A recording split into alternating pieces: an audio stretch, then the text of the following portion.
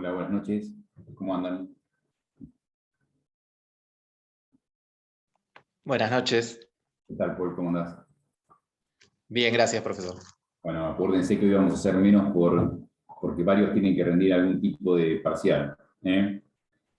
Igualmente, les digo a los que estén acá y a los que no van a estar, que les cuenten que seguramente alguna preguntita quizá de esto haya en el parcial. Así que van a tener que o ver la clase o leer, ¿no? El tema de hoy es la modificación del contrato, ¿no? Digamos, el contrato obviamente se puede modificar una vez que ha sido celebrado por acuerdo de partes, ¿verdad? O sea, si uno, así como posteriormente las partes pueden dejarlo sin efecto, ya sea por rescisión, el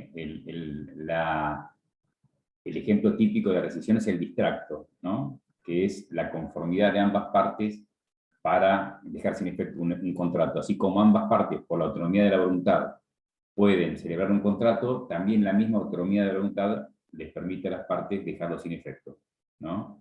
Digamos, yo cuando hablo de distracto, hablo de rescisión bilateral, o sea, por acuerdo de partes. Ustedes saben también que la rescisión puede ser unilateral, ya sea que provenga de una autorización expresa de la ley, como por ejemplo en la ley de locaciones urbanas, que transcurridos 6 meses, el locatario tiene derecho a rescindir el contrato, ya sea porque las partes lo han pactado en el propio contrato. Por ejemplo, en un contrato de obra se puede pactar que realizada tal parte de la obra, cualquiera de las partes podrá rescindir el contrato, ¿no?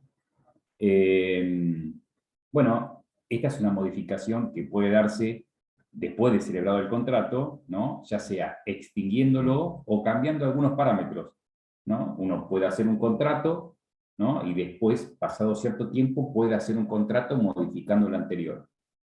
Ahora bien, puede ser que uno prácticamente, digamos, ya sepa que ese contrato se va a cambiar porque pueden variar las circunstancias. Entonces, cuando uno celebra el contrato y distribuye riesgos, también distribuye la posibilidad, digamos, esos riesgos se distribuyen en la medida en que el propio contrato se adecue a las nuevas circunstancias y uno ya lo haya previsto. Por ejemplo, antes de la sanción de la ley de convertibilidad, la 23.928, estaba permitida la indexación. Entonces, había contratos que se adecuaban, o se adecuaba el precio automáticamente, porque uno tenía que hacer una simple operación matemática, ¿no? Por ejemplo, decían, en un contrato de suministro, el suministrante cobrará un precio de 5 pesos, por la provisión de celulares. Ahora, ese precio tendrá una variación de acuerdo al índice de costo de vida, precios al consumidor, nivel general proporcionado por el INDEC.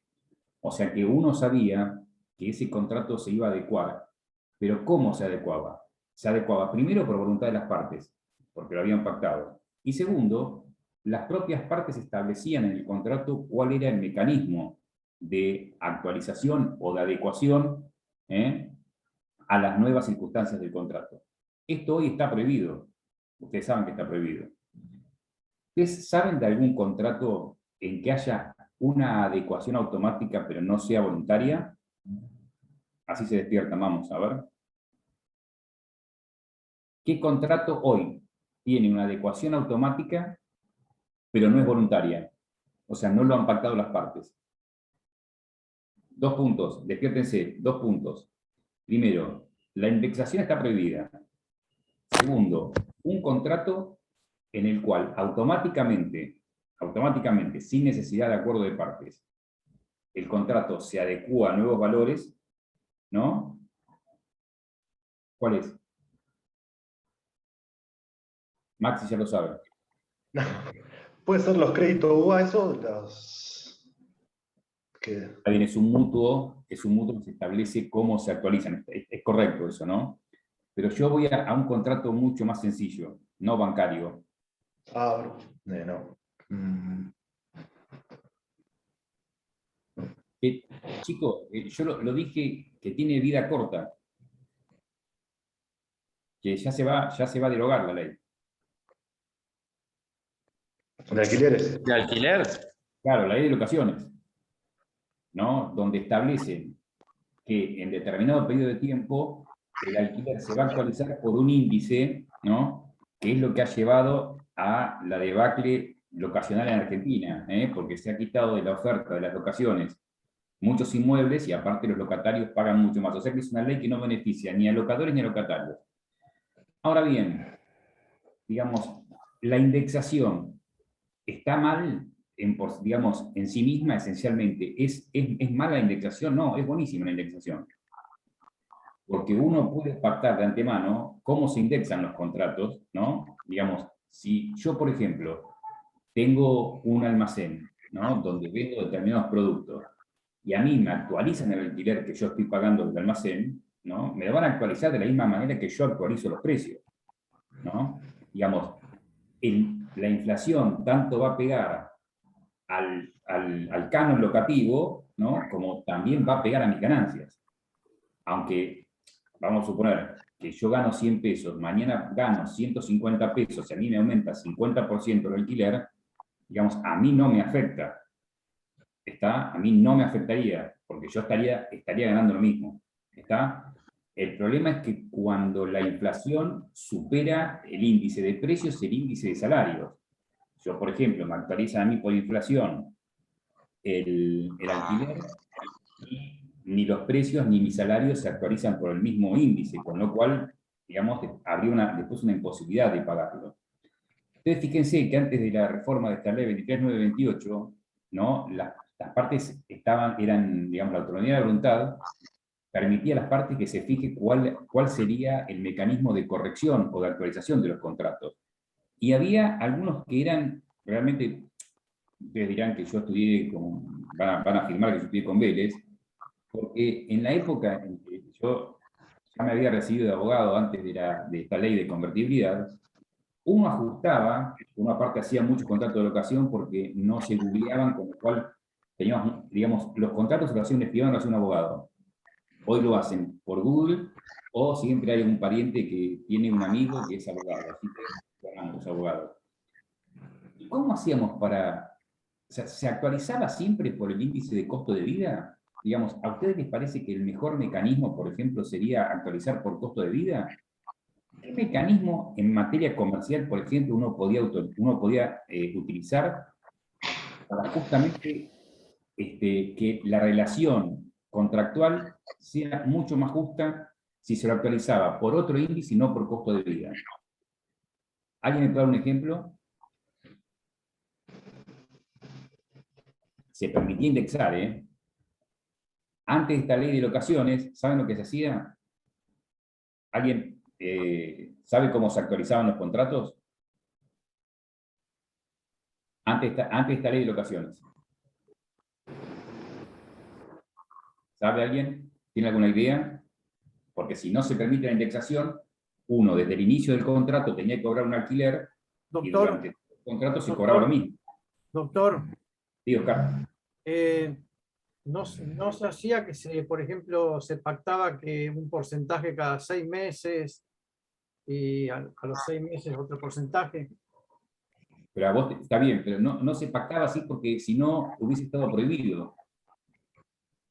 Digamos, la indexación es prohibida. Sí, es cierto lo que vos decís, Oscar, que el alquiler se cobraba escalonado, porque vieron que hay una frase que es echa la ley, echa la trampa, ¿no? Sí, había por cada 6 meses o cada 12 meses, se pactaba que se iba a cobrar otro alquiler. Pero ¿cuál era la argucia? ¿Cuál era el argumento para que digan, no, acá no se está aplicando la indexación? ¿Te acordás, Oscar? ¿Lo has visto en un contrato? No, lo he Sí. visto en lo que dice usted en el contrato, que ponían, por ejemplo, durante los 12 primeros meses se abonará tanto, los 12 siguientes meses se abonará tal cifra. Claro, pero si te lo ponían así, Oscar, si te lo ponían de esa forma, había indexación.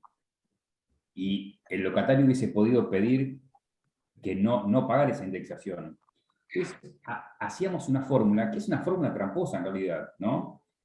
Dice, se establece el precio de la locación en pesos 1.000.000 para todo el contrato. Pagaderos de la siguiente forma: los primeros 12 meses tanto y los segundos 12 meses tanto. O el primer semestre tanto, el segundo semestre tanto, el tercer semestre tanto y el cuarto semestre tanto, ¿no? Eran 24 meses ahí el mínimo de la locación. Entonces, era una trampa también, porque uno estaba indexando tácitamente el contrato. ¿Cuál era el problema? Que uno estaba imaginando cuál era la inflación, porque uno quería adecuarlo a determinados parámetros. Entonces, si yo hago un contrato hoy, ¿cuánto pongo? Por ejemplo, hago un contrato que ahora no se permite, porque ahora, vuelvo a repetir, no quiero que digan algo que no es cierto. Hoy hay una ley que establece cómo se corrige el precio de la locación. Vuelvo a repetir, aunque esta ley es mala y va a ser derogada, esta ley lo permite. Esta ley lo obliga a ser así. Antes, uno pactaba lo que se llamaba el alquiler escalonado, ¿no? Que es establecer un precio de la locación total y dividirlo por semestre o por año. ¿Está? Ahora, si se deroga esta ley, ¿no? Vamos a ver qué elemento de juicio se va a adoptar para poder indexar el contrato y que realmente los locadores den en locación un inmueble y los locatarios puedan pagarlo. A ver, si yo digo, por ejemplo, hoy, ¿no?, que un precio razonable para alquilar este departamento que está acá enfrente es 20.000 pesos, ¿no? Y alguien quiere hacer un contrato por 3 años. El que es locador, que generalmente es propietario, ¿no? Porque ustedes saben que para ser locador no necesariamente hay que ser propietario, pero en el 95% de los casos, o 99% de los casos, si es propietario, quiere obtener una renta. E independientemente de obtener esa renta, lo que quiere es que no tenga mucho más gastos de lo que está percibiendo de alquiler, porque, o salir más o menos empatado, porque si yo digo, voy a hacer un contrato de locación sobre mi departamento, y con lo que obtengo pago los gastos y prácticamente no me queda nada, digo no, porque después tengo que arreglar todo el departamento, entonces no me conviene. Saco de la oferta mi departamento, entonces hay mayor demanda, poca oferta y los alquileres siempre tienden a irse para arriba. Por eso no es conveniente una ley, estas leyes. ¿Se entienden? Ahora, vuelvo a repetir, si se deroga esta ley y yo tengo que, vamos a ver, queda como era antes, como la ley 23928, solo en este país y en algún otro que seguramente será Zimbabue o algo, sin desmerecerlo, o algún otro, Sudán, algún otro de esos, existe la imposibilidad de indexación. ¿Cómo hago yo para resguardar que tenga un canon locativo que me permita, vuelvo a repetir, pagar los gastos y aparte tener una mínima ganancia? En realidad no hay un parámetro objetivo, porque en nuestro país, si bien sabemos que hay una circunstancia que no es extraordinaria e imprevisible, que se llama inflación, nunca sabemos cuál es el índice. Entonces no sabemos no solo cuál va a ser el índice inflacionario, sino tampoco sabemos cuál va a ser el índice que a su vez, paritaria mediante o de cualquier forma, se indexen también los salarios, con lo cual no sabemos si el locatario va a poder pagar. Siempre cuando uno aconseja a un locador, dice, che, tenés que tener un buen locatario, es aquel que pueda pagar el alquiler, no tener un buen juicio. O sea, que nosotros no queremos dar por ejemplo, si somos abogados de locador, como generalmente es el locador el que hace el contrato, queremos tener un buen contrato que nos permita tener un buen juicio. No, queremos tener un buen contrato que nos permita tener un locatario que pague. ¿Está? Bueno, vuelvo para atrás y digo, en los alquileres, en los contratos de locaciones o alquileres, o como ustedes lo quieran llamar, dedicados a vivienda, tiene que haber otro tipo de parámetro en lo cual se deba indexar el contrato. No se puede indexar, como antes se hacía, por ejemplo, el índice de precios al consumidor, ¿no? Cuánto yo gastaba en la canasta, digamos, básica, más o menos los sueldos aumentaban a la misma medida, con lo cual se indexaba generalmente por eso. Hoy en día está, vuelvo a repetir, está prohibido. Ahora, ¿qué ideas, por ejemplo, uno podría tener para poder indexar un contrato de locación comercial y que esto sea relativamente justo tanto para el locador como para el locatario? si yo soy el dueño de un local, ¿no? Y, por ejemplo, le hacemos una otra ocasión con Maxi, que Maxi va a vender café, ¿no? Y es un bar café, yo podría establecer, por ejemplo, si él vende más cerveza que café o vende más café que cerveza, yo puedo establecer un precio de la locación, que es el alquiler, de 50 pesos iniciales, que será indexado, o sea, será aumentado de acuerdo a lo que aumente el kilo de café o el litro de cerveza en barril, digamos. Hay un montón de formas en las cuales se puede adecuar un contrato voluntariamente y automáticamente, para no todos los meses estar negociando cuál es el precio de la locación, que nos permitiría una solución justa.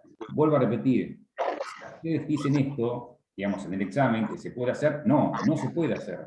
Yo estoy hablando de posibilidades en la medida en que se le cargue alguna idea a los legisladores y que deroguen la ley de convertibilidad definitivamente, ¿no?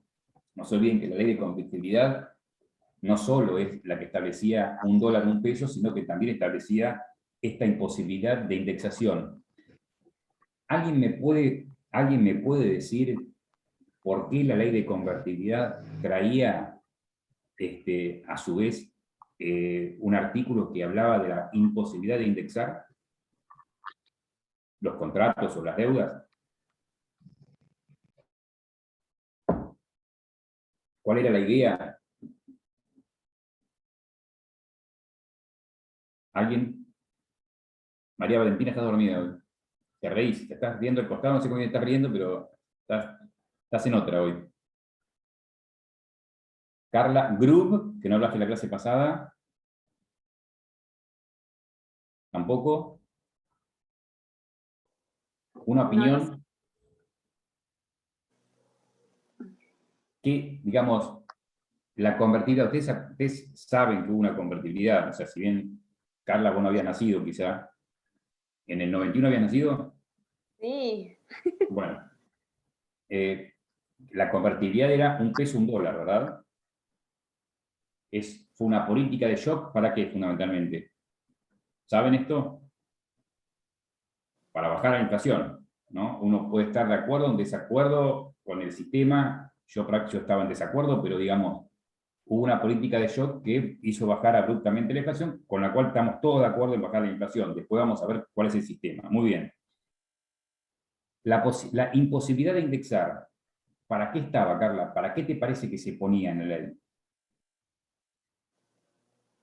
Era como garantizar, o sea, fíjate que era como garantizar que si vos no indexabas las deudas, ¿no? Ya sea por alquileres, entonces no iba a haber inflación. ¿Está? Porque la posibilidad de indexación es expectativa de inflación. ¿Está? Vos cuando ya pactás en un contrato que se va a indexar de acuerdo a tal precio, entonces estás pactando que pueda haber inflación. Y si hay inflación, entonces se arruinaba la convertibilidad. ¿Está? Digamos, independientemente de la valoración que podamos hacer de la ley de convertibilidad y del momento histórico en que se hizo, no importa eso, lo que importa es que desaparecía la convertibilidad, ¿no? Digamos, desaparecida esa ficción en que un peso valía igual a $1, bueno, no se dio correlativamente un elemento correctivo justamente de la relación, por ejemplo, cosa-precio, o servicio-precio, o uso y goce y precio. Entonces, es muy difícil sin tener una referencia poder actualizar el contrato. Bueno, digo, volviendo un poco a la parte teórica, esta era una posibilidad de modificar el contrato voluntariamente y mediante una actualización automática, vale decir, que se pactaba una cláusula en el contrato desde la cual uno podía actualizar o podía adecuar el precio del contrato a las nuevas circunstancias. Y la otra, que también es voluntaria, pero no es automática, porque uno desconoce qué circunstancias pueden devenir, son las llamadas cláusulas de salvaguarda, que las cláusulas de salvaguarda se pactan cuando generalmente lo hacen los contratos entre empresas, en las cuales se acuerda que si ocurre algún determinado hecho social, económico, político, fiscal, etcétera, etcétera, etcétera, las partes deben de buena fe negociar o renegociar las cláusulas del contrato si es que, vuelvo a repetir, este acontecimiento social, económico, político, fiscal, cambia las circunstancias del contrato, y en caso de no poder negociar, se faculta a una de las partes, ¿no?, a cualquiera de las partes, a rescindir el contrato. ¿Qué quiere decir, por ejemplo? Yo hago un contrato de locación rural. Entonces, yo le digo a Constanza, bueno, mira, yo te voy a alquilar, ¿qué vas a sembrar? Maíz. Bueno, yo te alquilo la hectárea a tanta plata, ¿no? Entonces, Constanza saca la cuenta y me dice, sí, está bien, porque yo puedo pagar eso, yo obtengo determinada renta, y pactamos que si cambian las circunstancias, uno tiene que renegociar el precio. ¿Cuál puede ser un cambio de circunstancias? Que haya una imposición fiscal para Constanza, ¿no? O que haya una imposición fiscal para el locador. Por ejemplo, los locadores deberán pagar un impuesto del 30% del alquiler, entonces cambia las circunstancias. Si yo lo hubiera conocido, evidentemente no hubiese pactado ese precio, o lo hubiese renegociado. Entonces, para eso se impone una cláusula de salvaguarda. Vuelvo a repetir, la adecuación no es automática, porque uno está pactando una cláusula que realmente no sabe si va a ocurrir. Ahora bien, la otra forma de modificar los contratos es por la vía de la adecuación legal, ¿no?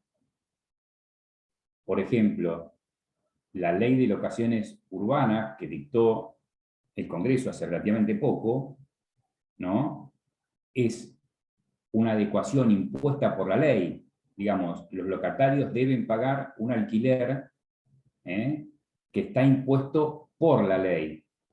Es una adecuación automática, pero no voluntaria. La impone la ley, es de orden público. Y después, las otras dos modificaciones o posibilidades de modificar el contrato es por la teoría de la imprevisión o imprevisibilidad y por la frustración del fin.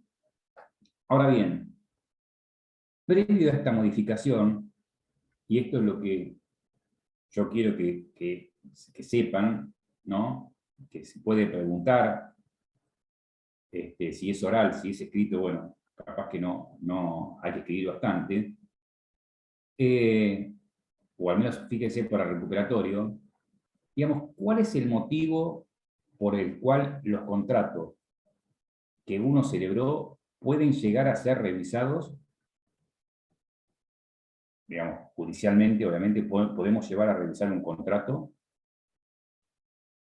cuando en realidad, si nosotros decimos que sigue reinando aún con todas las limitaciones la autonomía de la voluntad, ¿por qué un contrato celebrado sin violencia, o sea, sin ningún vicio del consentimiento, puede ser sometido a revisión judicial? Una de las causas que justamente después se palma en la teoría de la imprevisión y de la frustración del fin, es la teoría de las bases negociables, ¿no? La teoría de bases negociables es un constructo que parte de la teoría de Vinci, de la presuposición, y, digamos, como corolario, Larens hace una síntesis, ¿no?, de por qué uno puede pedir la revisión de un contrato, sobre qué circunstancias, sobre qué bases uno puede pedir la revisión del contrato. Entonces, él dice, tomando la teoría de Vinci y de Erdmann, ¿no?, dice, cuando celebra un contrato, uno tiene una representación mental de determinadas circunstancias existentes, que es el motivo por el cual justamente él celebra el contrato. ¿Qué quiere decir? Yo cuando celebro el contrato, yo tengo una representación mental de las circunstancias existentes, económicas, sociales, etcétera, por la cual yo celebro el contrato. Si las circunstancias cambian, si yo supiera que las circunstancias cambian, yo adaptaría ese contrato a las nuevas circunstancias. Punto primero. Pero como justamente critica Clarence a los anteriores, a Erdmann fundamentalmente, diciendo, no hagamos depender de que necesariamente las partes deben haber una representación mental, ¿no? Entonces, que es la base subjetiva. Entonces, crea la teoría también con la base subjetiva y objetiva, diciendo que esas circunstancias, ¿no?, son tan importantes aun cuando las partes no se las hubieran representado mentalmente y aun cuando no supieran realmente cuáles son las circunstancias del contrato. Entonces, ¿qué quiere decir esto? Que si cambian las circunstancias del contrato, cambian la base sobre la cual dos personas contrataron. ¿Dónde puede impactar el cambio de las bases?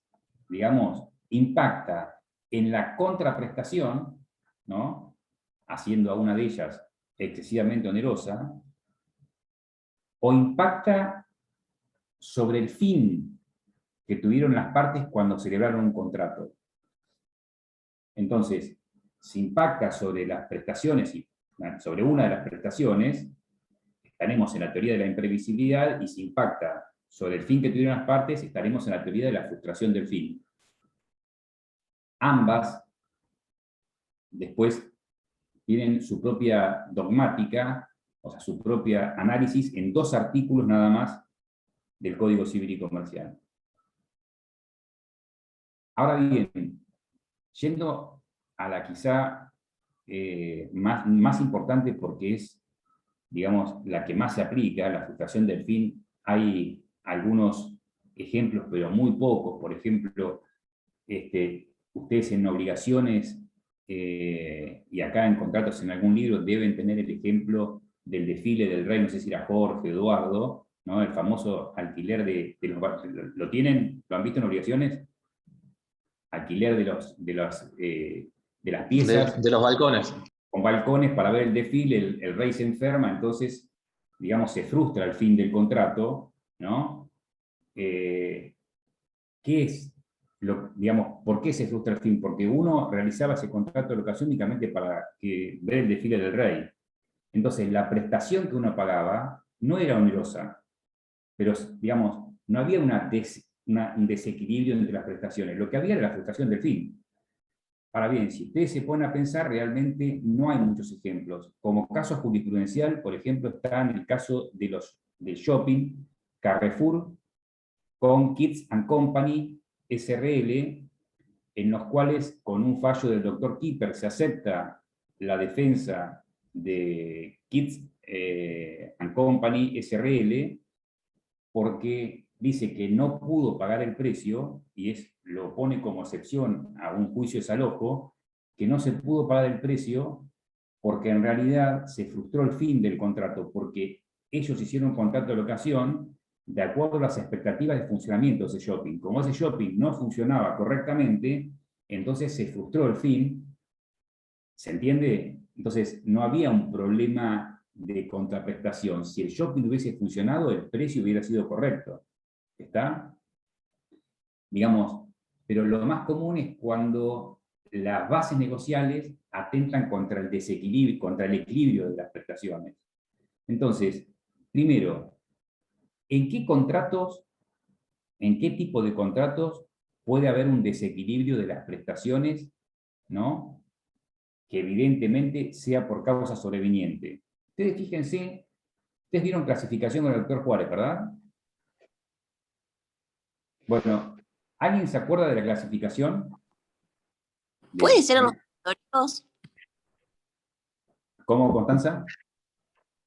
¿Puede ser en los aleatorios? Por ejemplo, conmutativos aleatorios, ¿qué más? ¿Qué otra clasificación tenés? Nominados e innominados, formales y no formales. Vamos a hacer una había aclaración. alguna. Nominados e innominados justamente dice el código, ¿no?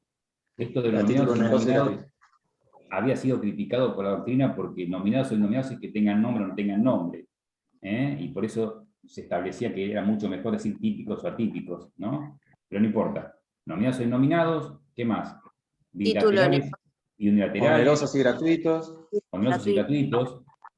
Y no hay nada más, ¿verdad? De consumo, de adhesión. Claro, bueno, lo que son paritarios de consumo de adhesión, ¿no? Discrecional o paritario, claro. ¿Qué más? Ustedes ven que en el código no hay más, ¿no? Y si ustedes fijan, si ustedes leen Lorenzetti, en Lorenzetti, que fue uno de los autores del código, tampoco hay más. Ustedes leen el libro, da esta clasificación. Sin embargo, en otros libros ha habido otras clasificaciones de otro tipo de contratos. Los contratos que se ejecutan en el momento, ¿cuáles son? Instantáneos. De ejecución instantánea. ¿Y los que no se ejecutan en el momento, Maxi? Sí. Diferida. Ejecución diferida. Perdón. Vuelvo. Se ejecutan inmediatamente o en forma diferida, ¿verdad? Inmediato o diferido, muy bien. O sea, empiezan a correr desde el momento de la celebración o van a empezar a correr a partir de un tiempo de la celebración. Muy bien. ¿Y la otra clasificación? Otra más, que también tiene que ver un poquito con esto, con el tiempo, con el plazo. Sí, que se paga por mes y No, se lo paga que vos dijiste, no, pero lo que vos dijiste, instantáneo, instantáneo y es que se paga. se agota en el momento, algo instantáneo se agota en el momento, o, ¿dijiste? El que se paga por mes, no me acuerdo el nombre. Por ejemplo, se paga por mes. Antes se decía que era de tracto sucesivo, ¿no? O de ejecución continuada. ¿Está? Si ustedes ven, por ejemplo, López Avalía o muchos autores, van a hacer este tipo de clasificación, ¿no? Aquellos que se celebran y se ejecutan inmediatamente, aquellos que se difieren la ejecución, y aquellos en que la ejecución es instantánea, ¿no? Y aquellos en que es de ejecución continuada. Pregunto, a ver, María Valentina, ¿puede ser un contrato de ejecución instantánea y diferida?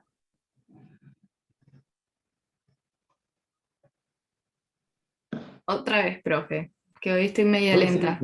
pero voy a hacer al revés la pregunta. ¿Puede ser un contrato de ejecución diferida e instantáneo?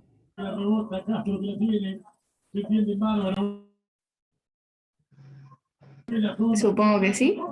Claro, porque vos diferís para el 1 de enero, por ejemplo, la ejecución, pero el 1 de enero se ejecuta... Set, y ya está, termina. Ya está. Ahora, puede ser que hagas un contrato de ejecución, por ejemplo, inmediata y a su vez de tracto sucesivo, ejecución continuada. Por ejemplo, hacemos un contrato hoy que es 27 de septiembre y yo te hago un contrato de locación con el cual se extiende a través del tiempo. Yo durante todo ese tiempo te garantizo uso y goce de la cosa y vos durante todo ese tiempo, como dice Maxi, por mes me vas pagando el alquiler. O también puedo hacer un contrato de ejecución diferida, ¿no? Y de tracto sucesivo. Mirá, el contrato va a ser a partir del 1 de enero, pero se va a ejecutar en el tiempo. ¿Está? O sea que puede haber estas combinaciones. La teoría de la imprevisibilidad, ¿no? Que en su redacción original, digamos, de Vélez, en el viejo Código Civil, era parecido, ¿no? Hablaba de acontecimientos extraordinarios e imprevisibles que hacen excesivamente onerosa la prestación a cargo de unas partes, y hoy se adecúa el artículo a la teoría de las bases negociales y no habla de acontecimientos extraordinarios e imprevisibles que hacen excesivamente, sino que habla de acontecimientos extraordinarios que alteran las circunstancias, justamente yendo a la teoría de las bases, alteran las circunstancias del contrato. Entonces, da la dogmática, dice en qué contratos se aplica. Y lo primero que dice, ¿no? En los contratos conmutativos, de ejecución, dice diferida o permanente. La pregunta es, de ejecución diferida, todos sabemos cuál es, ¿no? Aquel cuya ejecución se dilata en el tiempo. ¿Y permanente cuál es?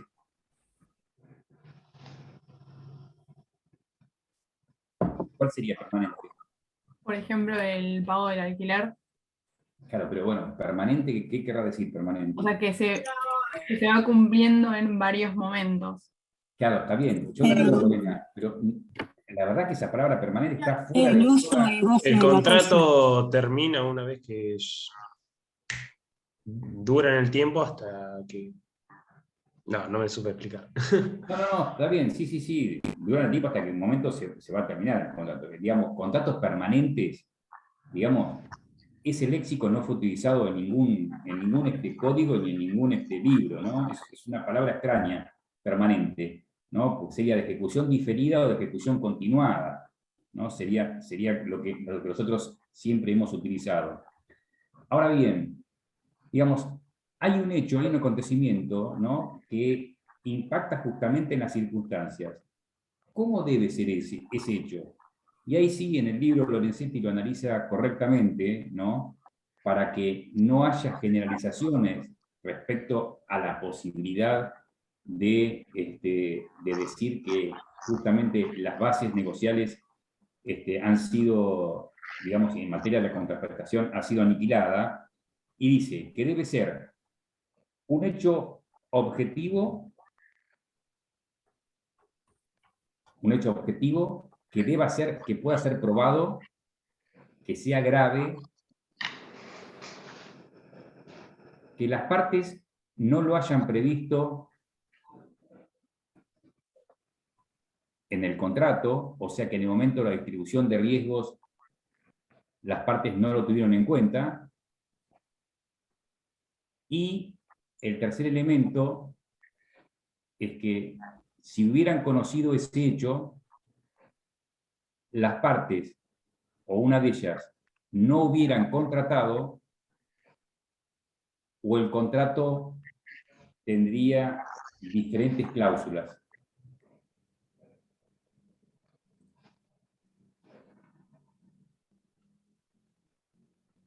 Ahí dice Giselle Nico, buenas noches, recién pude ingresar, ¿qué tal? Buenas noches.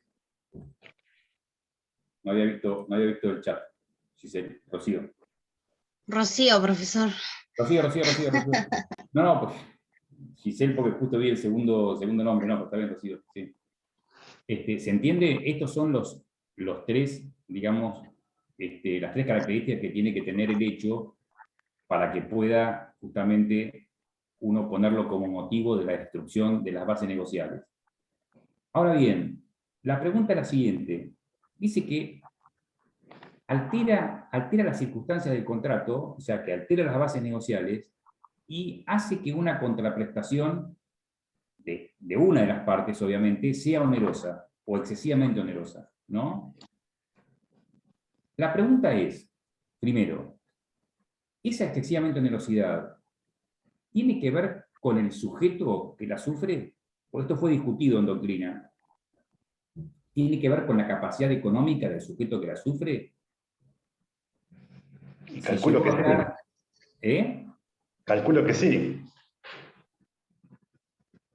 ¿No? A mí no me gusta. Algunos lo han, digamos, esto que vos decís, calculo que sí, lo han llevado a decir que, por ejemplo, hablar de tolerabilidad de la contraprestación, ¿no?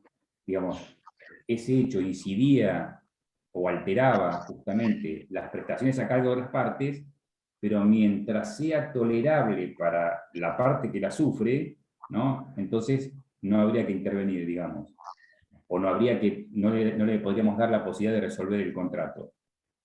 Yo creo que no, porque creo que tenemos que tener un parámetro objetivo. Si, por ejemplo, Bill Gates, ¿no?,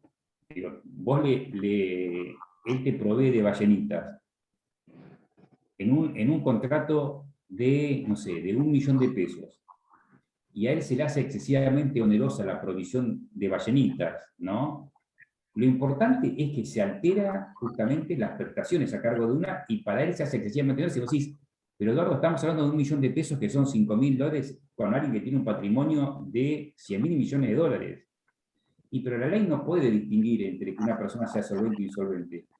Hay un aspecto objetivo, y que es que la prestación a cargo de unas partes se hace excesivamente onerosa. Y si él esa parte lo hubiese sabido, no hubiese contratado o hubiese pagado un precio distinto, ¿no? Entonces, acá a mí me parece que no tiene que ver justamente, yo estoy con la teoría que no tiene absolutamente nada que ver, Maxi, te respeto lo que vos pensás, pero no tiene nada que ver, ¿no? Primero, la distinción en que no se hace imposible la prestación, sino que se hace excesivamente onerosa, con lo cual ahí hacemos un distinto, ahí distinguimos lo que es el caso fortuito o la fuerza mayor que hace imposible la prestación. Acá es posible, lo que pasa es que es excesivamente onerosa. Segundo, y respecto justamente al momento en que se produce el desequilibrio, también lo distinguimos con la lesión, ¿no? O podemos decir que la teoría de la imprevisibilidad es una lesión sobreviniente, porque en la lesión, justamente el desequilibrio que hay o el desajuste que hay entre las prestaciones, está en la génesis del contrato. En cambio acá no puede estar en la génesis del contrato. Si nosotros planteamos justamente algún desequilibrio o la revisión del contrato por un problema en la génesis del contrato, en cuando yo celebré el contrato, ¿no? Entonces estamos planteando otro tipo de revisión fundado no en la excesiva onerosidad sobreviniente, porque no sobrevino, ya estaba en el propio contrato esta alteración del equilibrio negocial. O sea que había un desfasaje entre las prestaciones en la génesis del contrato. Con lo cual, también con eso se distingue justamente de la lesión, ¿no?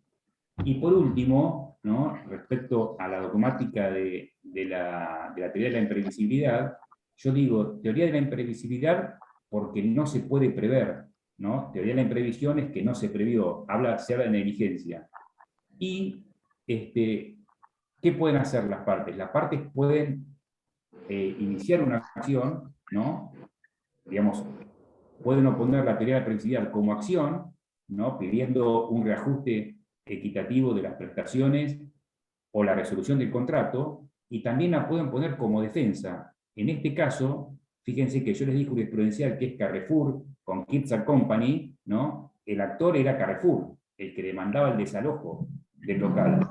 Y como defensa, ¿no? Se opuso justamente la teoría de la frustración del fin. La teoría de la imprevisibilidad es exactamente lo mismo. O sea que se pueden oponer como acción o con defensa.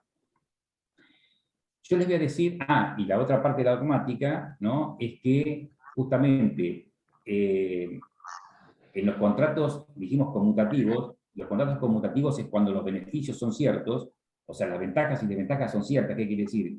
Que uno las conoce a principio.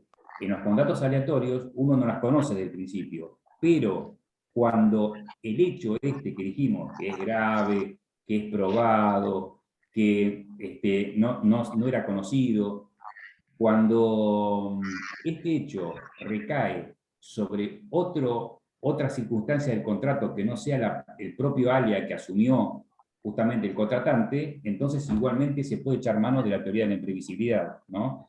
Si yo, por ejemplo, hice un contrato de locación con María Valentina, un contrato de locación de inmueble rural, entonces yo asumí el riesgo de cualquier circunstancia climática, ¿no?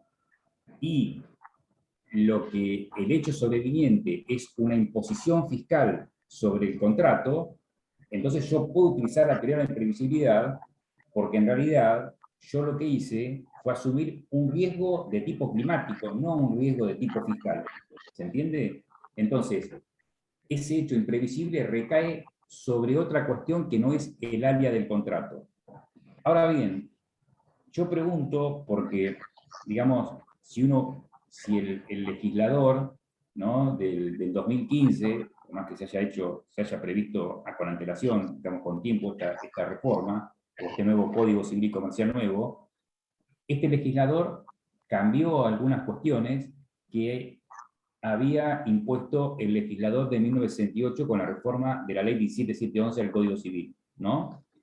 Entonces, cuando uno ve que hubo un Código Civil que no tenía la teoría de la imprevisibilidad, hubo una ley de 1968 donde se recepta la teoría de la imprevisibilidad que ya estaba, los tribunales ya la estaban aplicando en sus sentencias, y que hay un nuevo Código Civil y Comercial que cambia la redacción notoriamente del artículo, es porque evidentemente también tiene que haber un cambio de pensamiento, ¿no?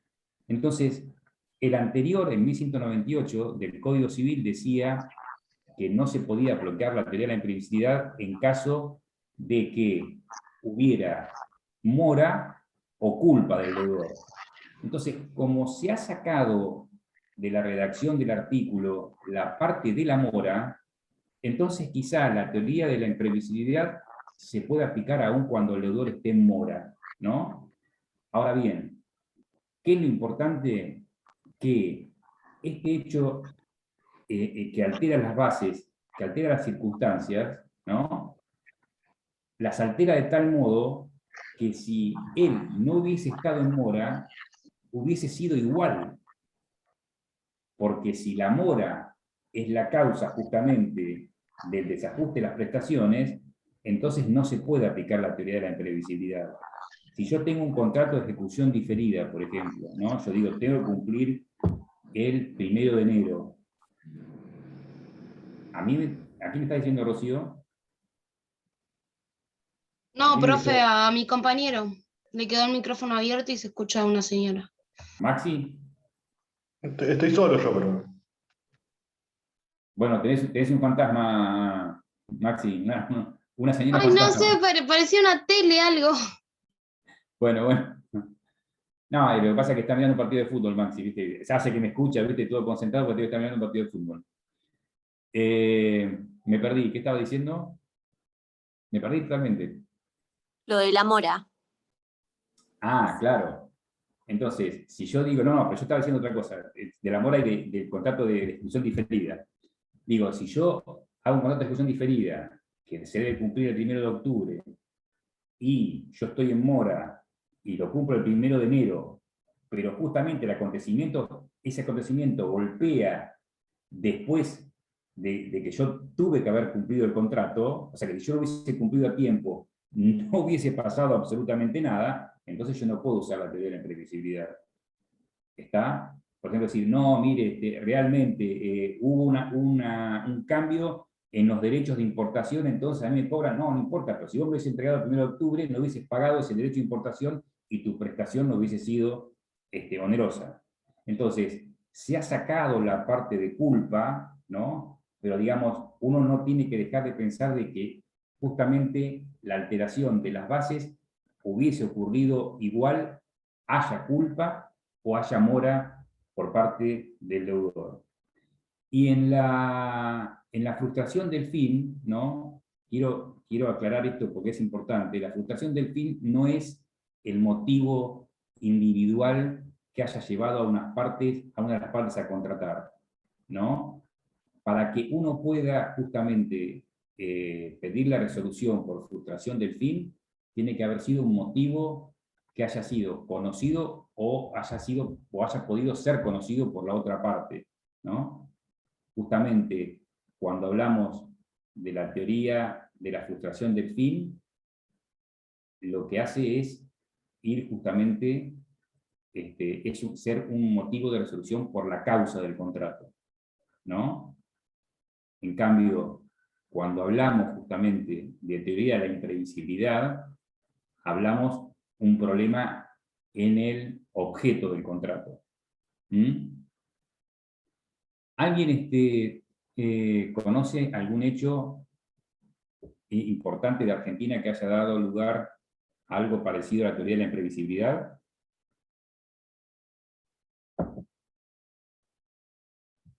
¿La pandemia puede ser un ejemplo? Sí, bueno, puede ser. ¿En algún caso? Puede ser la pandemia, ¿no? Pero vos fíjate que la pandemia, hay algo que metiste, Juliano, en un tema que es muy interesante, ¿no? Porque vos fíjate que la pandemia no produce un efecto permanente, justamente, acá sí hablamos de permanente, ¿no? Un efecto permanente en los contratos, ¿no? Digamos, la excesiva onerosidad no responde a una cuestión de, digamos, por un hecho que hizo que tu prestación sea excesivamente onerosa en relación a la otra prestación, sino en relación a la frustración, por ejemplo, del fin, ¿no? Porque vos tenías, por ejemplo, habías alquilado un comercio para vender hamburguesas y la otra parte sabía que vos ibas a vender hamburguesas.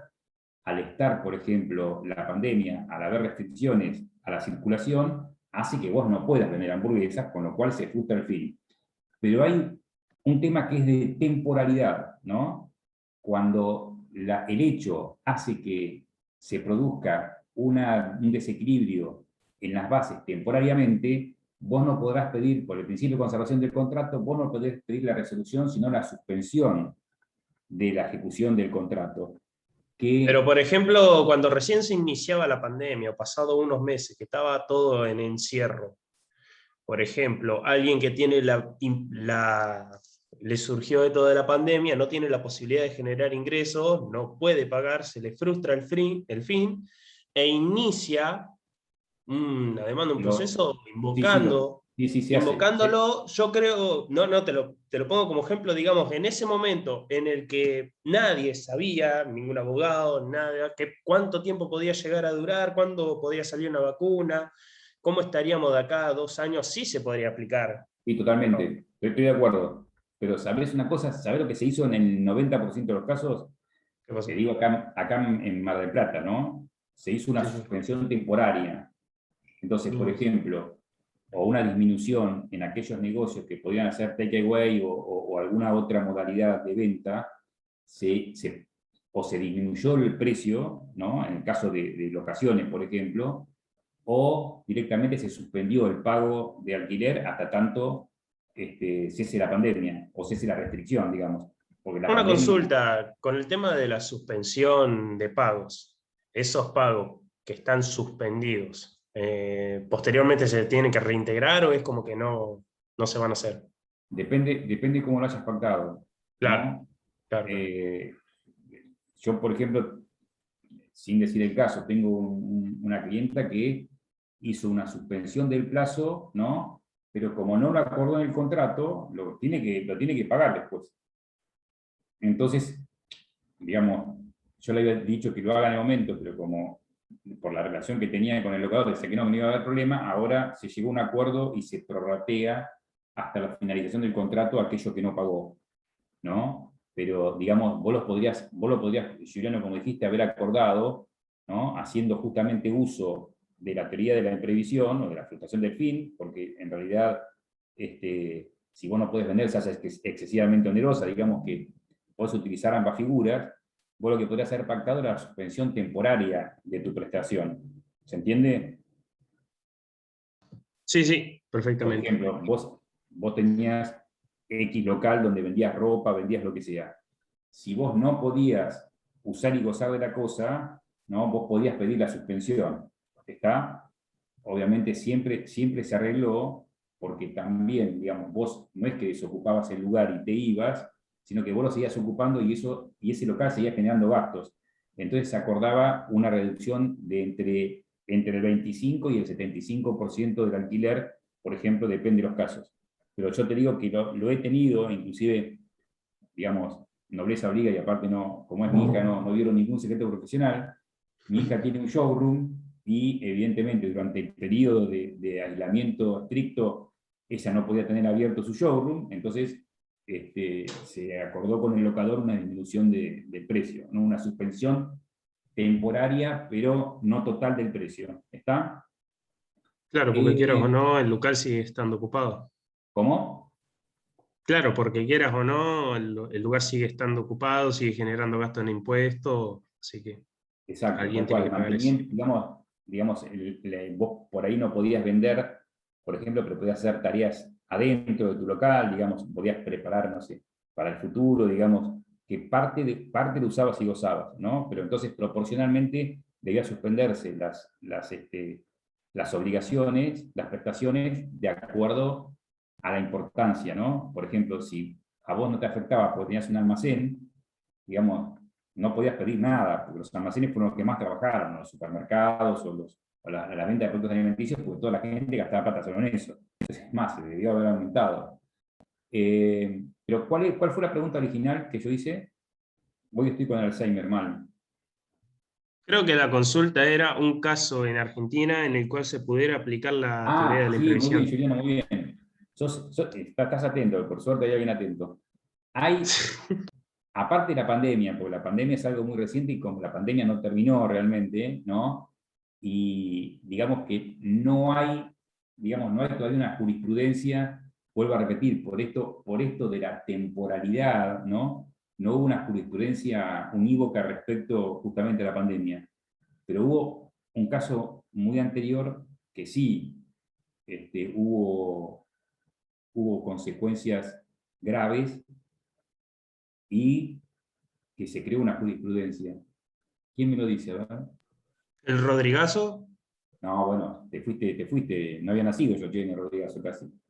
¿Pero no fue en el 75? ¿Qué vos decís que yo nací antes? Y para esa época. No, pero después, a ver. El Rodrigazo fue una hiperinflación, ¿no? Bueno, el Corralito en el 2001. Bueno, muy bien, el corralito, pero más que el corralito no trae aparejada, digamos, la teoría de la imprevisibilidad, ¿no? La suba del dólar. ¿Eh? La suba del dólar del 2001 ahí. Más que, el dólar no subió. Se devaluó el peso. Ahora sí, la superdevaluación del peso, pero fundamentalmente más que la devaluación, porque si vos ves hoy, Maxi, vos, qué sé yo, entrás en, te digo una, bolsa de comercio de Mar del Plata o Raba Bursátil, vas a ver que todos los días hay una pequeña devaluación del peso, ¿no? Más, el propio presupuesto prevé un dólar a 130 y algo, creo, a diciembre del 2022. O sea, ¿qué quiere decir esto? No es que el dólar aumenta, sino que una propia devaluación del peso.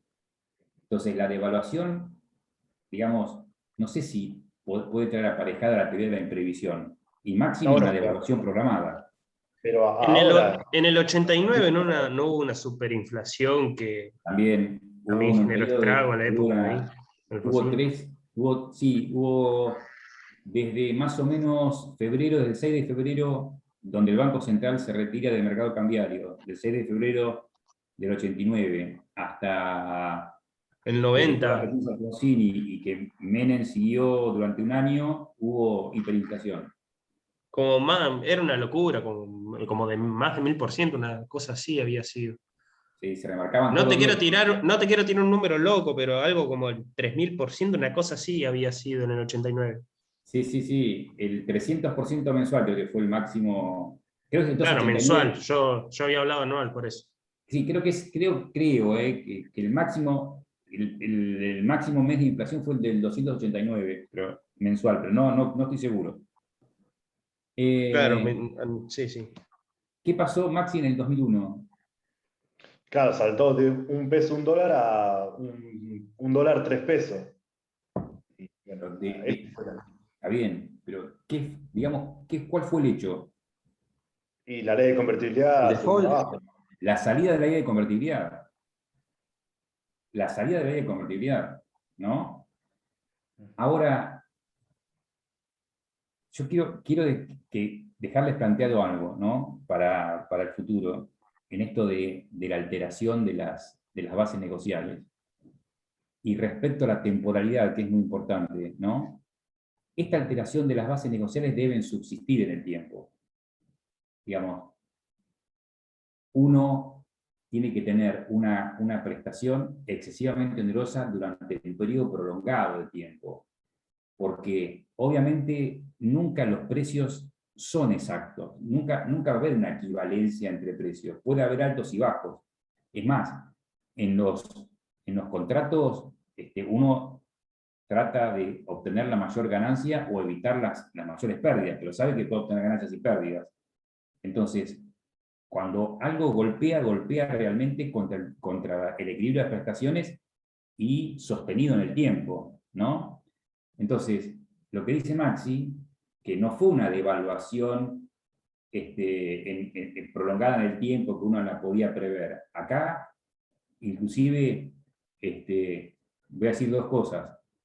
Habían sacado una ley 4 meses antes, que era la de inalterabilidad de los depósitos en los bancos, ¿no? Que eso dio lugar justamente a los amparos, ¿no? Digamos, la inalterabilidad era que aquel que había depositado dólares tenía que sacarlo en dólares, ¿está?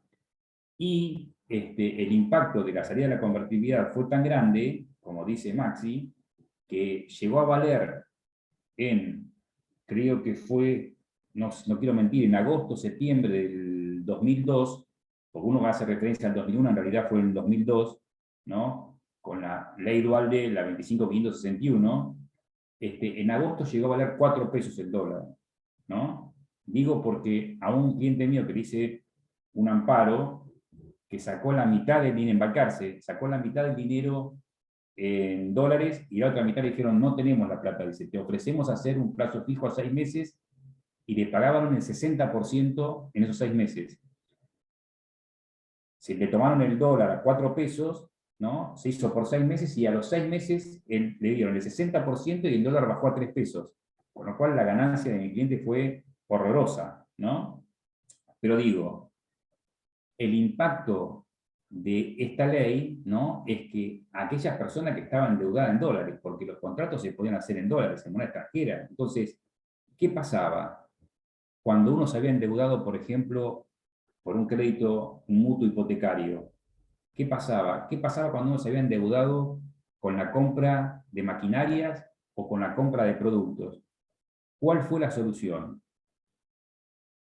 ¿Cuál fue la solución? Por el principio de conservación del contrato, porque aparte, yo digo, por ejemplo, a mí me dieron determinadas cosas y las consumí. Entonces, no se puede resolver el contrato porque no se puede volver atrás. Yo no puedo, las cosas que consumí, las consumí. Yo no las puedo entregar y que me devuelvan la plata, ¿no? El préstamo, el mutuo hipotecario, yo lo consumí. Yo con eso me compré un departamento, me compré una casa, con lo cual yo no le puedo devolver la plata, ¿no? Digamos, ¿cuál fue la solución? ¿Alguien la sabe? Y cambiar la moneda que se utilizó, si se utilizó el dólar, que se utilice la moneda que corre en el país, que se pasa a peso. Bueno, pero no hay problema, porque si vos decías pesos, pero si vos suponés tomabas el valor del peso, ¿no? La cantidad de pesos que necesitabas para adquirir dólares, entonces vos, y aparte vos habías contratado en el 1 a 1 que con un peso cancelabas un dólar, y vos en ese momento que vos suponete debías 100 dólares, pasaste a deber 300 dólares, ¿no? ¿Cómo se hizo? Se hizo un promedio, o sea, se pagó un dólar a 2 pesos y ponía 1 peso el banco y bueno, 2 pesos No, ponía... en realidad hubo una solución legal que era el dólar que el deudor debía pagar a 1.30 más ser, no sé si ustedes se acuerdan, bueno, no se acuerdan, pero lo han leído, y después hubo fallos jurisprudenciales que cambiaron este mecanismo y que crearon la doctrina del esfuerzo compartido, que es lo que vos estás diciendo, Maxi, ¿no? La doctrina del esfuerzo compartido era que cada uno debía ceder un poco en sus contraprestaciones, digamos, ¿no? Entonces, vamos a suponer, si yo era acreedor de un mutuo hipotecario, yo no iba a cobrar 3 pesos, pero tampoco me iba a pagar 1 a 1, ¿no? Eso para los contratos en que no había reposición. Ahora, en los contratos donde había reposición, no se estableció la ley de esfuerzo compartido, porque yo, por ejemplo, si yo le había vendido a Maxi una computadora que tenía elementos importados y que esa computadora mantenía el precio en dólares, entonces no había esfuerzo compartido que valga, porque si él me debía la computadora y yo para reponerla necesitaba la misma cantidad de dólares, entonces él me tenía que entregar la misma cantidad de dólares. ¿Se entiende lo que yo estoy diciendo? Entonces ahí hablábamos también de valor de reposición. Ahora, la pregunta que yo me hago y me hice siempre, ¿no? Porque aparte yo viví esa época, y aparte he arreglado muchos juicios por ambas partes, ¿qué pasa cuando, por ejemplo, uno compraba un inmueble, ¿no? Uno compraba un inmueble y tenía una deuda, ¿no? Aunque no estuviera garantizada por hipoteca, digamos, por un derecho real de garantía.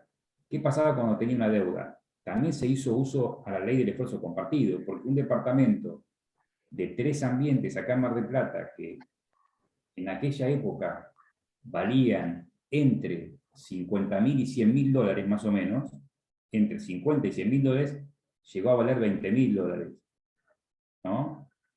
Entonces, si la persona, para adquirir un departamento que valía, vamos a suponer, 70.000 dólares, se había endeudado en 20.000 dólares, ¿no? Y eso era lo que tenía que devolver, evidentemente había un desequilibrio, ¿no?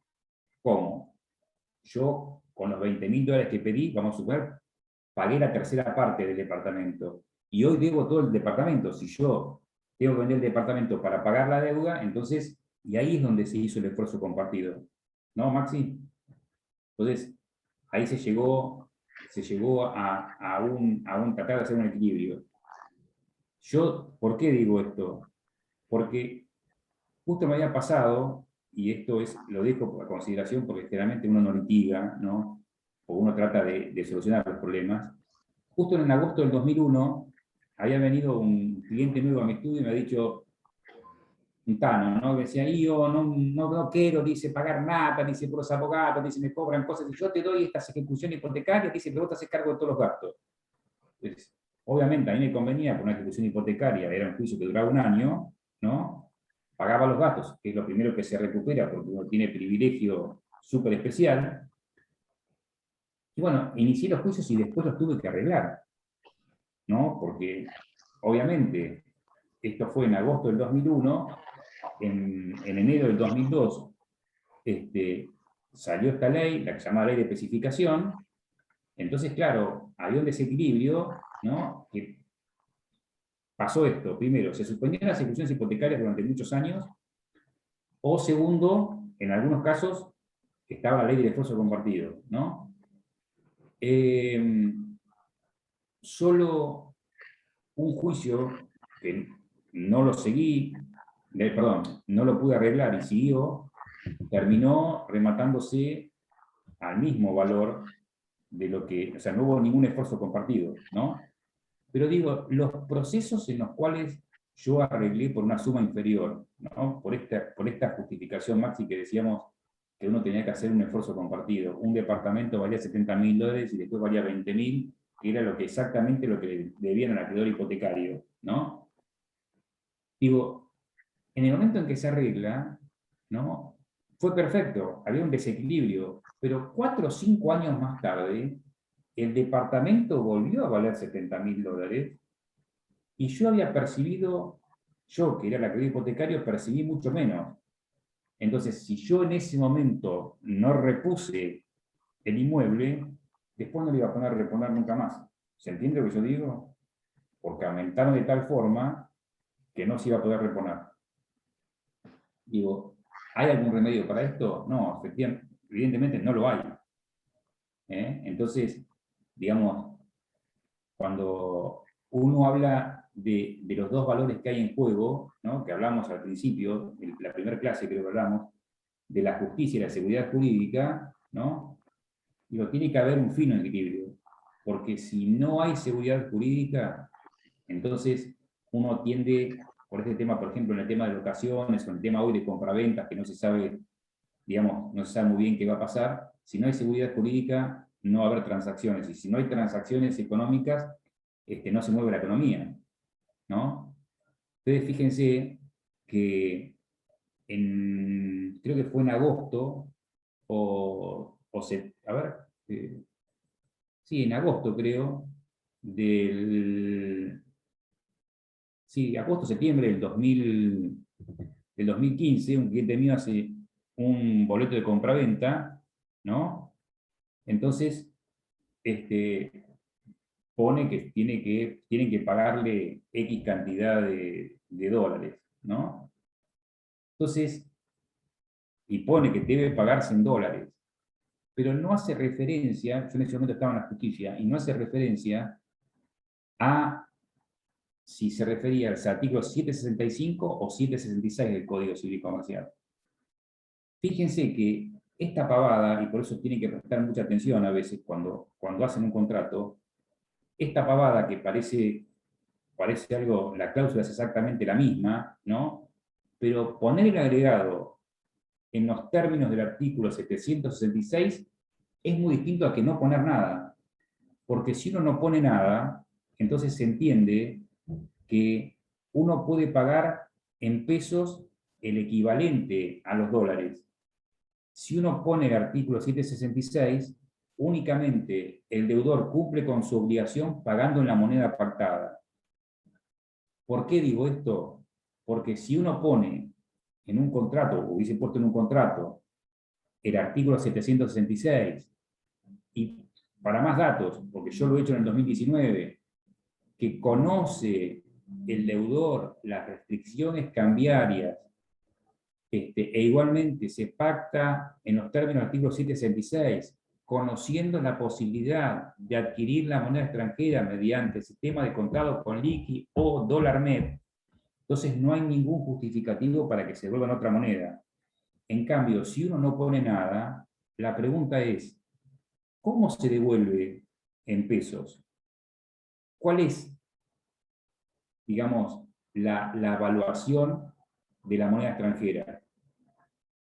¿Está? Porque hay un solo valor de la moneda extranjera, que es el dólar oficial, que en este momento está a 103 pesos. Entonces, ¿qué pasa? Uno cumple entregando la cantidad de pesos de la moneda pactada, o sea que si yo, por ejemplo, no sé, me endeudé en $1.000, pago pagando 103.000, que prácticamente es un 70% menos de lo que yo puedo adquirir después la moneda extranjera. Entonces, estas cosas tienen que tener mucho cuidado cuando hacen un contrato, ¿no? Y ver estos vericuetos. No era lo mismo entonces poner que se debe pactar, se debe pagar en la moneda de acuerdo a lo establecido en el 766, que no poner nada.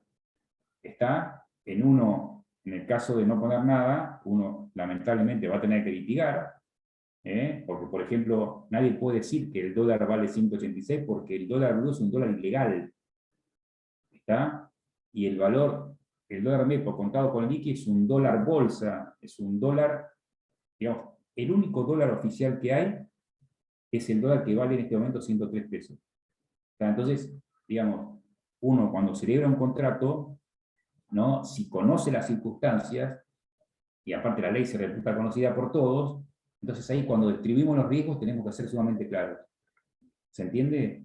Distinto es que las regulaciones vengan con posterioridad, con lo cual uno puede echar mano a la teoría de la imprevisibilidad. Pero si uno de antemano sabe que tiene la posibilidad de imponer el 766 y no lo hace, entonces corre con el riesgo de que le apliquen el 765. ¿Se entiende? Bueno, el lunes que viene es el examen. Vamos a ir a la facultad. ¿Alguien tiene algún problema de ir a la facultad? Yo, Porque profe. Yo, porque estoy a 800 kilómetros. ¿Dónde estás? En Bunge, Emilio de Bunge, General Villegas, al noroeste de la provincia de Buenos Aires. O sea que vamos a poder tomar un buen asado. Nos vamos a tomar el examen a Constanza y tenemos un buen asado ahí por Villegas. Eso seguro. Bueno, escúchame, ¿estás en el grupo de WhatsApp, Constanza? Sí. Bueno, yo, como en ese horario vamos a tomar examen presencial, yo en algún momento te voy a pedir, si vos no, bueno, no sé si tenés problema o no, que yo te haga una videollamada de WhatsApp. No, para nada. Bueno, haceme un favor, agregame en particular, poneme soy Constanza y te hago una videollamada de donde estamos tomando examen. ¿Está? Y te digo después el horario exacto en que te iba a llamar para que estés preparada. Dale. ¿Alguien más tiene algún problema? Yo quería saber cuál va a ser el horario, si al final va a ser la hora de cursada. Sí, en horario de cursadas. En horario de cursada, perfecto. Muchas gracias. Sí. Igualmente, yo por eso, estén al tanto en el grupo de WhatsApp, porque voy a consultar. Creo que, bueno, la situación epidemiológica da para que sea presencial, así que no hay ningún problema. Pero mañana voy a corroborar con la Secretaría Académica. Salvo Constanza, que va a rendir virtual, seguro. Y si alguno tiene otro problema, me manda un mensaje, que también vamos a hacer una excepción. Si alguien no puede o tiene alguna circunstancia de salud que no quiera ir a la facultad, me lo hace saber, y yo se lo tomo o Zoom o videollamada de WhatsApp. Si es en el mismo momento, tiene que ser por videollamada de WhatsApp como Constanza. Y si no, se lo tomo el día anterior o el día posterior por Zoom. Pero me tienen que hacer saber. ¿Está? La Bueno, modalidad, o sea, ¿cómo? en mi caso que es oral, Sí. van a empezar con preguntas, digamos, ¿no? Sí. Listo. O sea, yo siempre yo doy la posibilidad de que vos empieces a hablar. ¿No? O sea, pero te digo esto. Todo el mundo dice, no, así me preguntas. Aprovechen a hablar de algún tema. Pero, si hablan de un tema, tienen que saberlo bien. ¿Me entendés, Constanza? Sí. Yo aprovecharía, si vos me dijeras cómo debo rendir y yo preparo un tema bárbaro, que entonces después te hacen 1 o 2 preguntas y ya está, ¿viste? Probaste. En cambio, si el tema tuyo lo decís mal, entonces uno dice, ¿cómo? El tema que mejor preparo lo da mal, ¿cómo será lo demás? ¿Se entiende lo que yo digo? Bueno, chicos, nos vemos. Yo capaz que me voy a meter. ¿Juárez tiene que dar clase el viernes? Nos dijo que no íbamos a tener clases. ¿Y no tiene el viernes, ya está? ¿Se terminaron los temas? No, los temas no los terminamos, pero no tenemos clases. No vimos efectos. ¿Y cómo se los va a dar? No sé. Bueno, pregúnteme si va a subir un PowerPoint o algo. Ahí. Bueno, listo, chicos. Yo si no, entonces por WhatsApp me voy a comunicar con ustedes. Quédense tranquilos. Bueno, esperamos el asado, Constanza, para fin de la cruzada. Chao. Profe, ¿le puedo hacer mi pregunta? Sí. Me quedó una duda en la clasificación de los contratos, lo que es ejecución inmediata y diferida. Usted dijo que podía ser inmediata y diferida a la vez. Se me hizo un matete ahí. No. O yo lo entendí mal. No, que puede ser diferida e instantánea. O sea, bien. puede ser que se agote en el mismo momento o que a su vez sea diferida y de tracto sucesivo de ejecución continuada, ¿no? Ajá. Viste que te dije, por ejemplo, nosotros pactamos que yo te iba a entregar este estuche de lentes el día 1 de enero. Yo te lo entrego y ya se termina ahí el contrato. O puede ser que yo te diga que a partir del 1 de enero te va a entregar todas las semanas un estuche de lentes. Entonces ahí sería de ejecución diferida y continuada. ¿Se entiende? Bien. ¿Alguna otra duda? Bueno, ¿El chicos, examen va a ser escrito o oral? Depende de la cantidad de alumnos que se presenten, Paul. Yo, lo dije la clase pasada y lo sostengo. Si no son muchos, va a ser oral. A mí me gusta tomar oral siempre. Pero si son muchos, no nos podemos quedar hasta las 12 de la noche en la facultad. Bien. Bueno, chicos, nos vemos. Cuídense, estudien. Gracias. Chao, profe. Hasta luego. Hasta luego.